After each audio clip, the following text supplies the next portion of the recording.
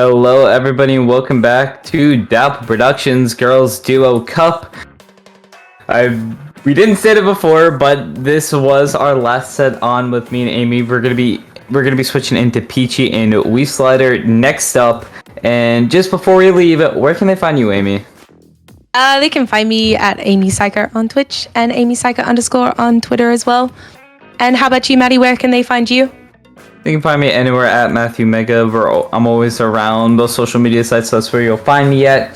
And I'll be commentating a lot more in the future for Dapple Productions, and I have my own tournament in the making, so look out for that. We'll see you next time. Yep, and with that, we're going to take our leave. Bye-bye. Bye-bye. Well, it looks like it's our time, Peachy, so we're going to be starting out here with our last two rounds of Swiss with Barbenheimer Girls versus Corn Crunchers. Yes, we are, and I'm super excited for this matchup. For what I've seen, both these teams are really good, and plus the map list here is looking very interesting, so I'm super excited. Mako Tower is a map mode that I have a lot of memories on, for sure. It always feels like this map mode goes to very, very close games. It's a good one. MakoMart, you can't really go wrong.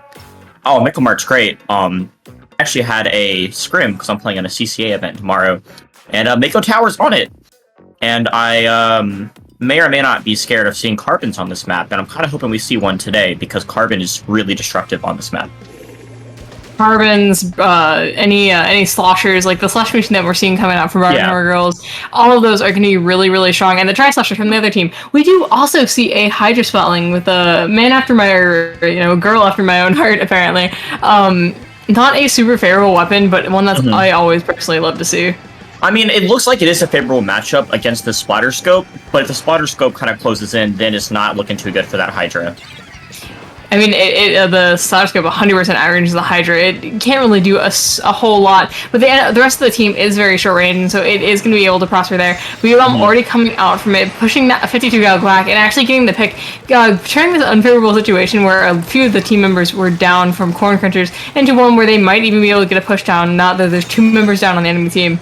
I love seeing a Hydra play like that, he's super aggressive, he's here to take space and not really let the other team move at all. Yeah, that's what Hydra Spotlings do best. It is hard for them to do a job, but when they do it well, it's phenomenal to watch. They just, Corn Crunchers over here, though, while we're talking, is doing a really good job at keeping the enemy team staggered, pick after pick going out, and allowing them to get to this first checkpoint here pretty unimpeded. Lots of specials going out, meaning that they won't have much for the rest of the push, but they are continuing to keep things going here. We have coming out and going to be continuing on. Looks like we'll be going to about 50 points, and the picks are still coming out. Yeah, Corn Crunchers here has a really aggressive push going in, and their special coordination is unparalleled. We see the Barbenheimer Girls trying to push them out slowly but surely, but one does go down on the side of Barbenheimer Girls. Yeah, 20 points. We are closing in at the last few seconds of this match, it looks like. Unless they can do something really drastic here, well, with only one player left alive, looks like this first match is going to be open and closed. Yeah, they had a really, really good push there, getting 3 down at the very end, just letting that T-Tech live, but he didn't have strike sub, so he couldn't pressure him off tower just to stall him off just until his teammates could come back.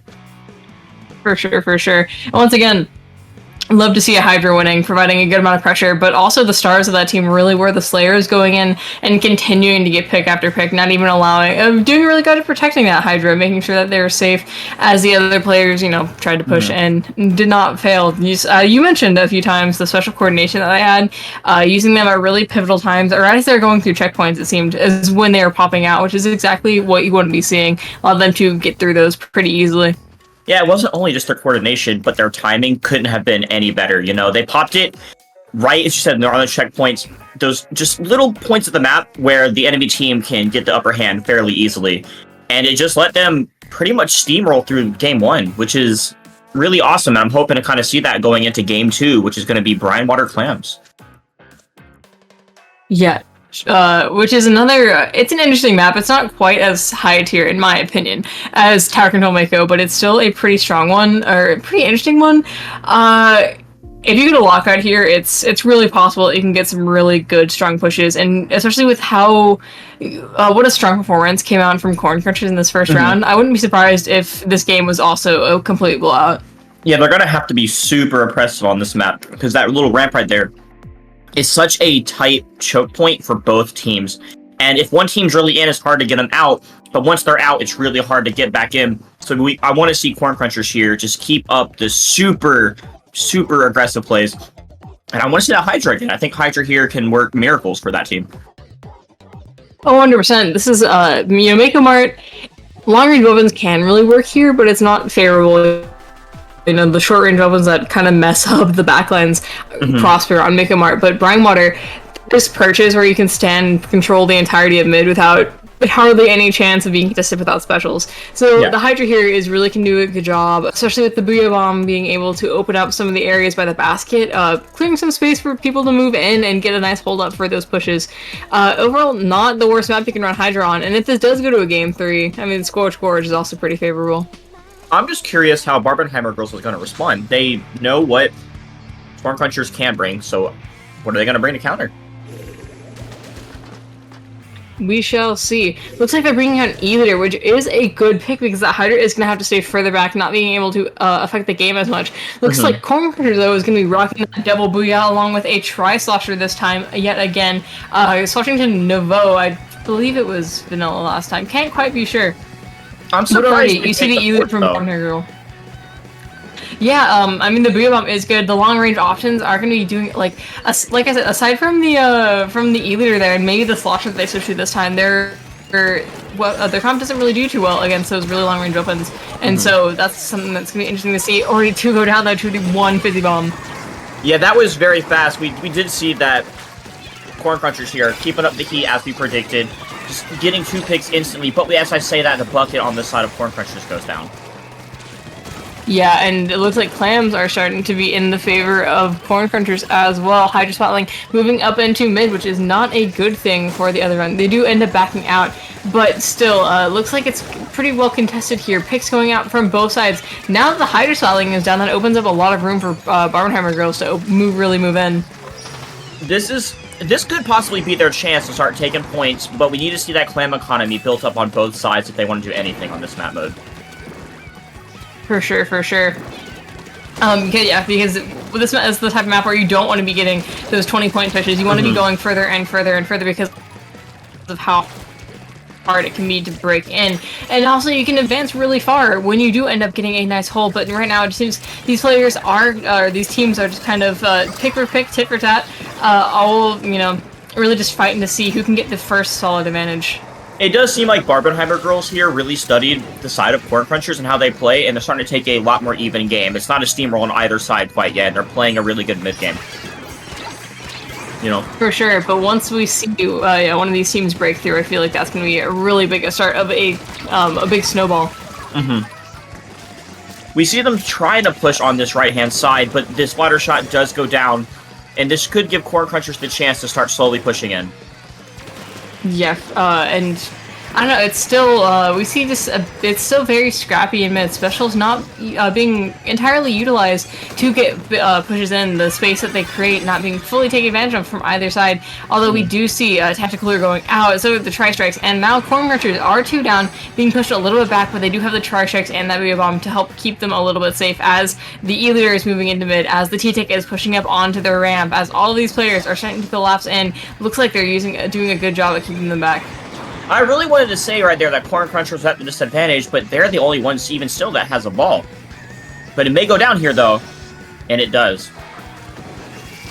For sure, and now Barbenheimer Girls has a ball at the ready. And plenty of clams to follow with it. This E-Leader has 7, which is, just a step away from a clam for themselves. Looks like they're going to be trying to fish out the players in the ramp area, but it is as they don't have any specials left, and the players have kind of dug their heels in. Yeah, if they're going to want to push in here, they're going to have to start farming up some specials and really coordinating to even try to push in. It's just too stall heavy at the moment. For sure. We do see, Clemicon, really, this game has been kind of difficult to describe. It just a lot of back and forth, a lot of scrapping, a lot of specials being used and trying to follow in on, but not quite seeing the follow-up that you exactly want. Viola is going to be going out here. As you can see, Barbenheimer Girls is starting to move to a scary amount. They don't quite have the clams to make a ball yet, but if they get themselves lodged into this ramp area, that could be terrible for Corn Crunchers, as that is a great spot to launch a push from. And now that they do have that ball, things are going to be starting to look in their favor. But we only have 1 minute left, and not a single team has scored. Yeah, this mid game has been ridiculous. Like, I really thought there that Barbenheimer Girls was going to be able to push in, but Corn Crunchers with those amazing strikes were able to defend solo. It was a bit ridiculous. And 2 going down on the side of Corn Crunchers from that E-leader, looks like. Just keeping that hard defense up. No one's able to put a clam in at 45 seconds. It's going to go in overtime for what it's looking like. Yeah, and that's not something, it's going to be a really long overtime. We're just, a game like this, I wouldn't be surprised if it went to the time limit and this ended up being decided by who made more power clams. But right now, we do see Corn Crunchers. They have a lot of clams on their side, and all they need is to take space. They are kind of scattered around here, and they are being backed up, especially by those tri-strikes, but we'll see how this goes further and further. Looks like this tri-slasher is just trying to make a sneaky play. Remember, only one single clam is going to decide this game. We don't have to set up for a sustainable push. They only have to get one in, so that means these teams are going to be playing way more desperate on both offense and defense, because you really don't want even a single player breaking past, but you also can just make really big breakaways here. Overtime has started to activate now, and now this is where things get interesting.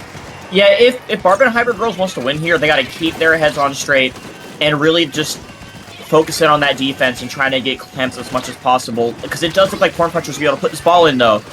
Oh, unfortunate. The bug is able to shut him down, and the strike tries to come out, being able to put up a really good defense. And that is going to be set, taking it in overtime. The Corn Crunchers finally, after 5 minutes and change, getting a ball in, and you can see just how much control they had to get for even that single ball to get in.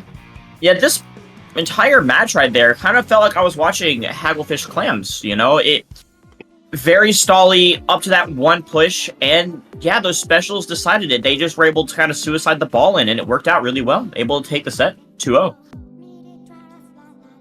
Yeah, exactly. And it was interesting to see how much of a stomp the first one is versus the perfect even match that the second one was. Unfortunately, not seeing Scorch Gorge Rainmaker. That's one that I personally actually enjoy watching a lot of the time. But we are going to be taking a short little break as we wait for this next set to start. Waiting on other teams to finish things up, because this was a pretty short 2-0. And Corn Crunchers taking one more game and improving their shots and making top 8.